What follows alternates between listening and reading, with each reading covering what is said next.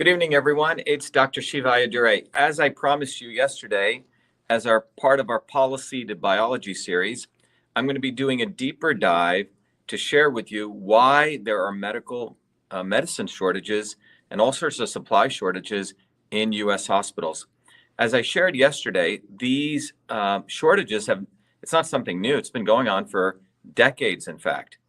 And what we discussed yesterday was we gave you sort of the overview of why this is occurring because of the collusion that takes place between insurance companies and GPOs and group purchasing organizations, which we're going to talk about, or pharmacy manager brokers, which occurs on the pharmacy level. But I promised you that I'd walk you through step by step how these collusions took place so you get a deeper understanding of why healthcare costs are high. As I discussed yesterday, the reality is it's not that insurance companies randomly charge their costs or their charges to you and why insurance costs are high. The reason insurance costs are high, you're going to realize, is because the insurance companies over the last 50 years have built a very close collusion with organizations called group purchasing organizations, and on the other side called GPOs, or pharmacy manager brokers, PBMs, pharmacy broker managers. And we're going to focus today on the GPOs because the same idea follows through on the pharmacies. And I'm going to walk you through, using the whiteboard here, an analysis. So let's begin, first of all, by looking at different hospitals. So if we look at a hospital here, and let's assume there's different hospitals. There were hospitals which were independent hospitals at one time. They weren't part of large conglomerates. So let's say you had a hospital here. I'm just going to use this to denote a hospital. Let's say H1 Hospital 1. And let's say there's another hospital here. And let's call this H2. And then there's another hospital here, H3. Okay? So there's three different hospitals. And you can go all the way to HN. Okay, and different hospitals. So these hospitals need supplies. So let's walk over here and let's put this little cloud here of different supplies. So hospitals need to buy supplies, right? And this supplies could include things like insulin, right? If someone's rushed to a hospital, they need insulin. It could involve cancer drugs, right? People in late stage cancer, they didn't take care of their bodies or whatever happened, they have cancer drugs. It could be saline, right?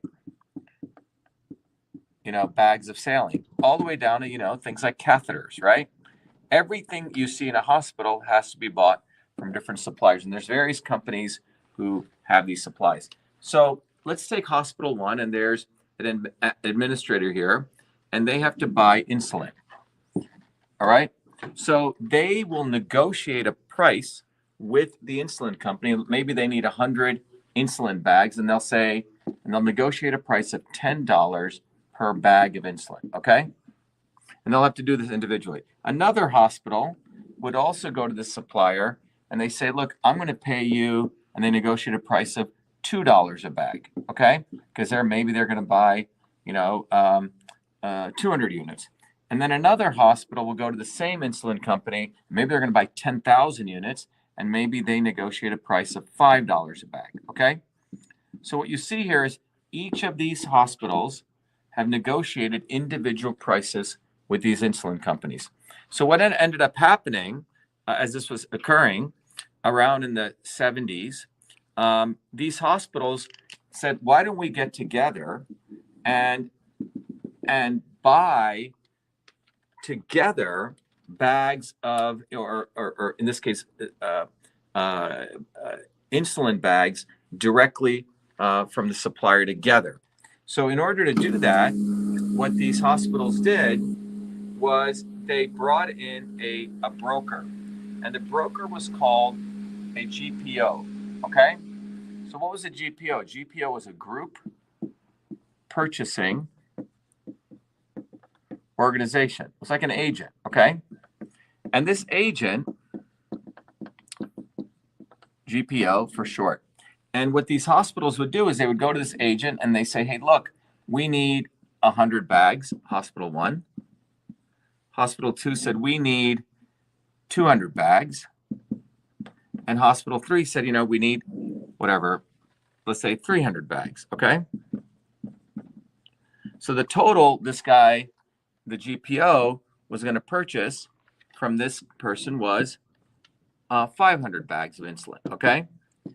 And in return, the insulin price was set at, let's say, $8 a bag, okay?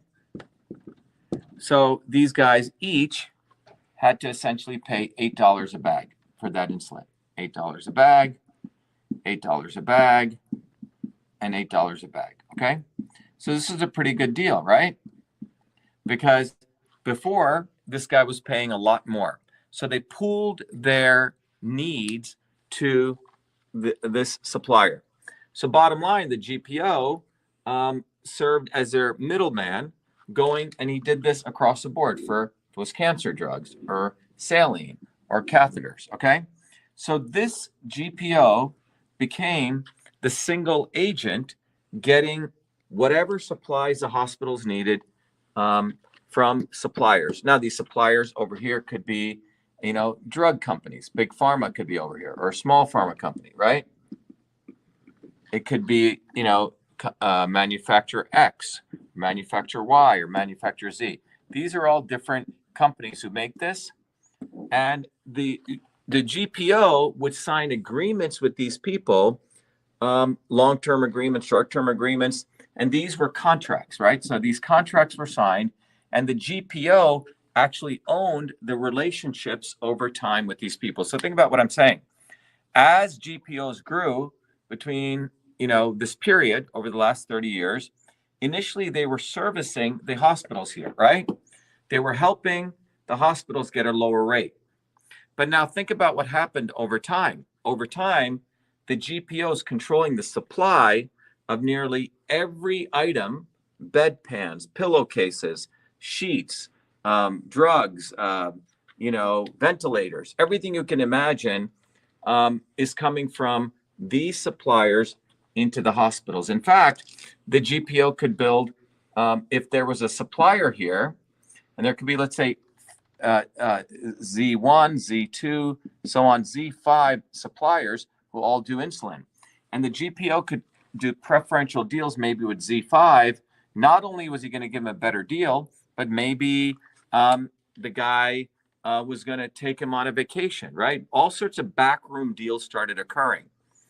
And after a certain point, around the 2000 period, so this started in 1980, so around 2000s, these GPOs sort of flipped the game. They went to the hospitals and they said, look, we're getting you great prices. Do you really need to get such discounts? And what ended up happening was the GPOs started dictating price and supply to the hospitals. So they would tell the hospitals, look, I can get you this bag of insulin, not for $8, but how about you pay, $10? You're still better off, or $9, right? So they started dictating price because they controlled all of these relationships. So the GPOs would tell the hospitals what to do. In fact, at every hospital is a person who's running the hospital, the president of the hospital, right? President 1, right? Person here, right? These people. The GPO would give kickbacks to the president for accepting the price that they were saying. This could be, special hotels, vacations. Okay? So literally the GPO was buying the hospital administrators, essentially corruption, so they would accept the price that they were giving. It was a little bit less than what they would pay, obviously, if they had to do it individually. But it wasn't the great pricing that they were getting before. But fundamentally, the GPO could control supply. And if you remember basic macroeconomics, he who controls supply controls price. Okay? Now, how does this fit into the high cost of healthcare? As I mentioned, as you look at this, the key thing relative to today's topic is you can see that GPOs are controlling supply from multiple suppliers into hospitals. Today, there are only 3 major GPOs. 3, remember that number, 3 major GPOs. And what has occurred over the last 3 to 4 years, and I talked about this back in 2017, 6 years ago, is that these 3 GPOs have connected with the 3 major insurance companies. So the 3 connected, meaning the 3 major insurance companies have now bought, let me put it like this, the 3 insurance companies, okay? The 3 GPOs now own the 3 GPOs. What does that mean? Let's think about that now. What does that mean? So here you have the group purchasing organizations who are essentially, in a monopolistic way, controlling the flow of every supply that comes into every hospital. Think about what that means. You go into a hospital and everything, God forbid you go into a hospital, no one should have to go there. But if you do, everything that you see in that hospital, the pillowcases, the bedpans, the insulin, the drugs, the saline, the catheters, all of that are typically coming from one GPO into that hospital. All right. Now, what is the interconnection between a GPO and an insurance company? Let's think about this. So an insurance company, and if you're the individual here, you're the patient here, the insurance company, what's your relationship? You pay the insurance company some dollar per month. This is called your premium, okay? Some people, you know, I'm paying like $800 a month, okay? All right. So your insurance to the insurance company is $800 a month. All right. Let's say that's what it is in 2023. In 2024, they may want to raise this to $900 a month, right? Now, when they do that, how are they able to justify that? Why is it we keep paying insurance? Because the insurance companies have to work on what's called fear, uncertainty, and doubt. Why do you buy insurance? It's the IBM selling model. Oh my God, something could happen. Oh my God, the price could be so high. And this is key. The insurance companies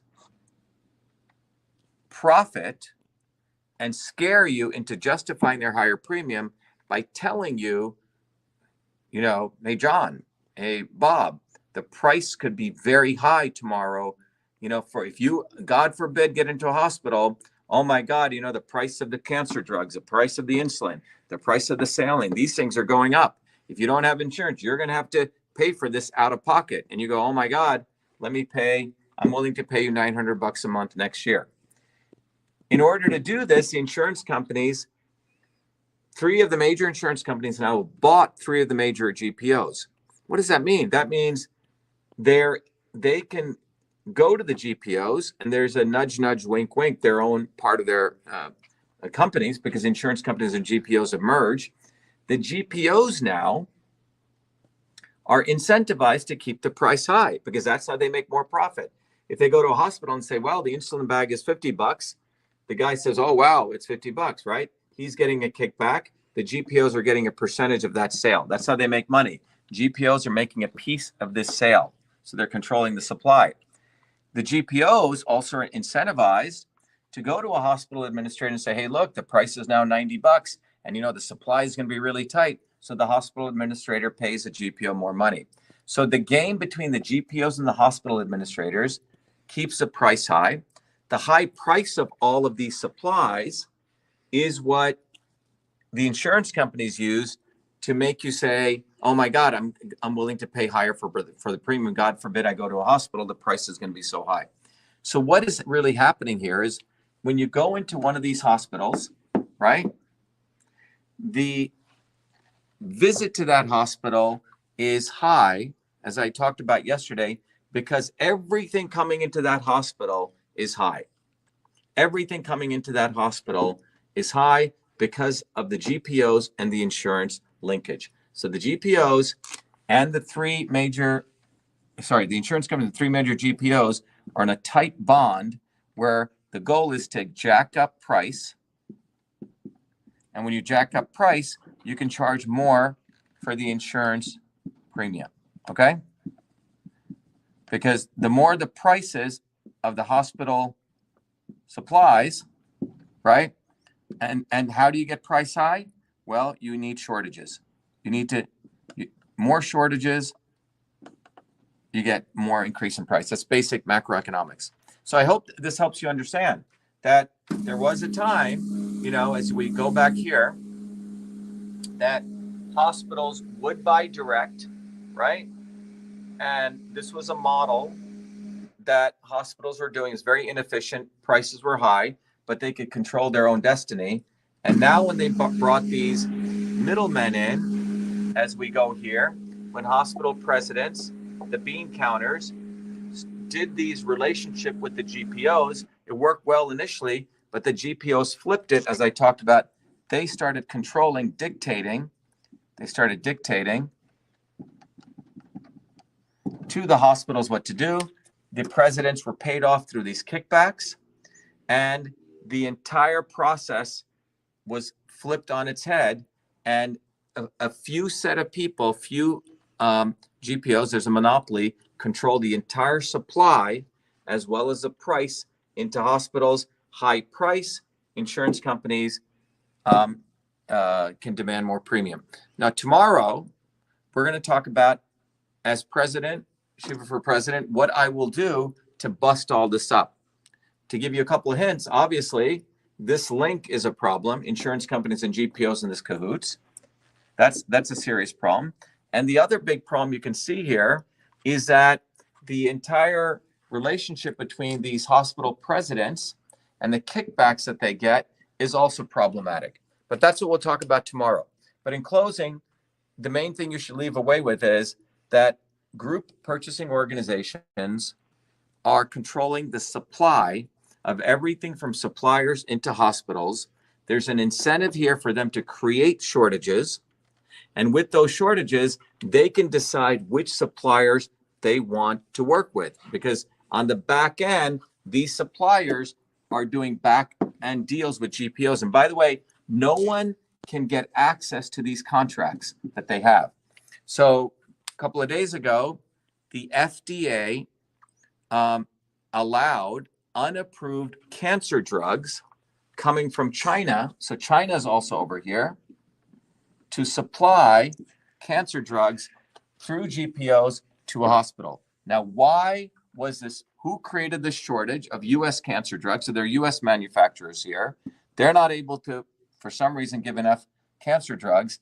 And so the GPOs went to Chinese companies, and they got the FDA to bring that in because of this urgency. Oh my God, we don't have enough cancer drugs. So the level of corruption that's going on the back end and the opacity of it, which means there's very little transparency, is what's allowing all these shenanigans to take place.